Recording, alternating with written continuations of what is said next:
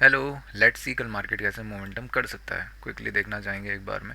ठीक है, यहाँ पर मेरा बोलना था कि अगर मार्केट फ्लैट टू समवेयर खुलता है तो उसके बाद हम बाइंग के लिए एक स्कोप देखेंगे। 25,000 हमारे लिए एस्टिमेट टारगेट होगा।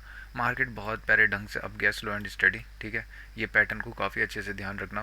15 मिनट में या प्राइस एक्शन से अगर आपको बताऊँ, एक बाइंग कैंडल ठीक है आने के बाद अगर कुछ कुछ हद तक market slow and study up move करता है तो इसके पास दो ही केसेस होते हैं, या तो ये क्विकली नीचे आना प्रीफर करता है, ठीक है, या ये ऊपर की तरफ को ये स्लो एंड स्टडी दोबारा ड्रैग हो जाता है। ऐसा आप कैसे जान सकते हो? तो आप प्रीवियस कैंडल का ट्रेल करो या जो प्रीवियस स्विंग था उसके आसपास अपने आप को रखते रहो, और धीरे धीरे जब ये क्रॉस हो जाए तो इसको लेट गो करना चाहिए। ठीक है, तो फिलहाल अगर हम देखेंगे मार्केट एक अच्छी कंडीशन में है। आज एक्सपायरी हमें देखने को मिलने वाली है। डेली टाइम फ्रेम में अगर हम चल के देखेंगे तो ऑलमोस्ट हम हाफ वे पे आ चुके हैं। ठीक है, इस जो ये इस सेलिंग का ट्रेंड था ऑलमोस्ट हाफ वे पे आ चुके हैं।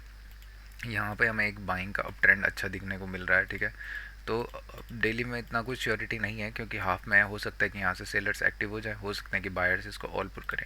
तो 15 मिनट में ही हम रहेंगे, उससे ज़्यादा कुछ भी नहीं करेंगे। अगर मार्केट एक और बार फ्लैट खुलता है इन दिस रीजन, ठीक है, 25,100 इस रीजन में कहीं पे भी फ्लैट खुलता है, याद रखना इसके नीचे ना खुले, 25 के नीचे हो सकता है कि फिर उसके बाद ये स्ट्रैंगल जैसा डे बनाना स्टार्ट करे। यहाँ पे कहीं भी खुलता है ऊपर की तरफ को एक और बार हम बाइंग की तरफ को रहेंगे। इस टाइम ऑप्शन बाइंग करने के बजाय कर सकते हैं क्योंकि एक्सपायरी का डे है, बट मैं प्रीफर करूँगा कि पुट शॉर्ट करना ज़्यादा अच्छा रहेगा।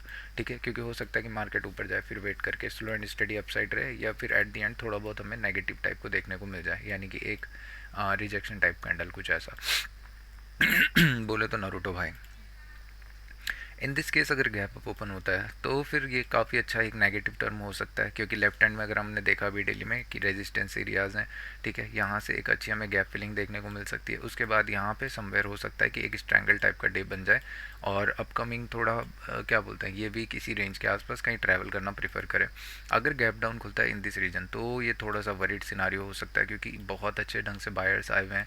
इतने सारे बायर्स के अगर इसके नीचे 25 के नीचे अगर कहीं गैप डाउन ओपन होता है तो ये बायर्स ट्रैप हो सकते हैं और मार्केट बहुत क्विकली नीचे की तरफ को हमें दोबारा से 25,850 वगैरह के रीजन में मिलता है। अब देखो हमें पता कैसे चलेगा कि ये मार्केट बहुत ज़्यादा नीचे लीड करने वाला है या डाउन ट्रेंड।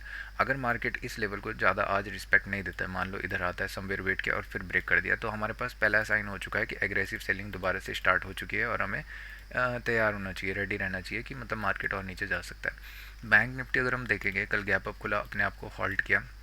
इन दिस की कंडीशन अगर मैं बताऊं कि कैसे ट्रेड करते हैं तो बिलीव में यहाँ पे आप 1 मिनट का टाइम फ्रेम मत यूज़ करना, बेस्ट नहीं होता है। आप 5 मिनट के टाइम फ्रेम में रहो। ठीक है, 1 मिनट में अगर आप यू टर्न समवेयर देख रहे हो तो वो यहाँ कहीं पे रहता तो मैं ज़्यादा बिलीव करता, बट इतना बड़ा आने के बाद आप 5 मिनट में कहीं पे यू टर्न देखो, जैसे कि समवेयर यहाँ पे आप इस ट्रेंड के हाफ में कर सकते थे। ये बाइंग के कैंडल में तो मैं थोड़ा सा लेस इंटरेस्टेड रहता, क्योंकि बस एक ऑप्शन बाइंग का मोमेंटम यहाँ पे मिलना था, क्योंकि देखोगे सारे सेलर्स यहाँ पे ट्रैप है, ऑब्वियसली इनका स्टॉप लॉस यहाँ के ही होंगे।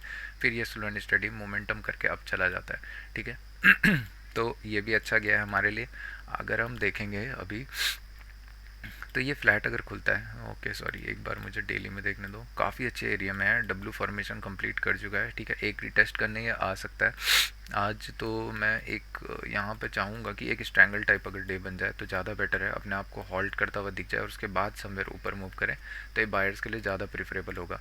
नीचे ना आए कि मतलब ये गैप के नीचे ना आए ज़्यादा, गैप फिल करने के लिए अगर आ जाता है, मान लो यहाँ पे खुलता है फिर एक यू टर्न टाइप दिखता है तो ये फिर ज़्यादा और बेटर है। बट अगर इसके नीचे आना स्टार्ट करता है तो ये सारे बायर्स ट्रैप हो जाएंगे और मार्केट बहुत नीचे, जैसा मैं बोल रहा हूँ क्विकली बहुत नीचे क्रैश होता हुआ हमें दिख सकता है, क्योंकि ये सारे बायर्स यहाँ पे ट्रैप होने को हमको दिख जाएंगे। डब्लू बना हुआ है, बायर्स यहाँ पे एंटर किए हुए हैं, तो हो सकता है कि आराम से जब भी ये वापस नीचे जाना स्टार्ट करे तो बहुत क्विकली हमें सेलिंग देखने को मिल जाए। बायर्स के लिए सबसे बेस्ट है आज फ्लैट और गैप अप खुलना। अगर इन दिस रीजन खुलता है तो हमें सेलिंग के लिए एक कम वो दिख रहा है कि हाँ सेलिंग चांसेस हैं, पॉसिबिलिटी है, क्योंकि मार्केट है, प्रोबेबिलिटी कुछ भी होती है, बट प्रोबेबिलिटी लेस होगी सेलिंग की तरफ को। चांसेस हैं कि अगर सेल आएगा भी तो कहीं गैप के आसपास और थोड़ा नीचे आके फिर वेट करना डे प्रीफर करें, या फिर अगेन हमें यू टर्न देखने को और कॉल शॉर्ट वगैरह पुट शॉर्ट करते हुए हमें देखने को मिल जाए। फ्लैट खुल के ऊपर जाता है तो हम फिर एक और बार टारगेट करेंगे कि 56 400 500 ये रीजन पे हम पहुंच जाएं, उससे ज़्यादा नहीं। पुट शॉर्ट करने में ही मैं बिलीव करूँगा। ऑप्शन बाइंग का मोमेंटम यहाँ पे हमें थोड़ा सा लेस देखने को मिल सकता है, क्योंकि प्रीवियस डे भी हमें साइन दे चुका है कि यहाँ पे वॉलेटिलिटी है, ऊपर भले ही जा रहा है तो हो सकता है कि फिर से हमें वॉलेटिलिटी या साइडवेज देखने को मिल जाए।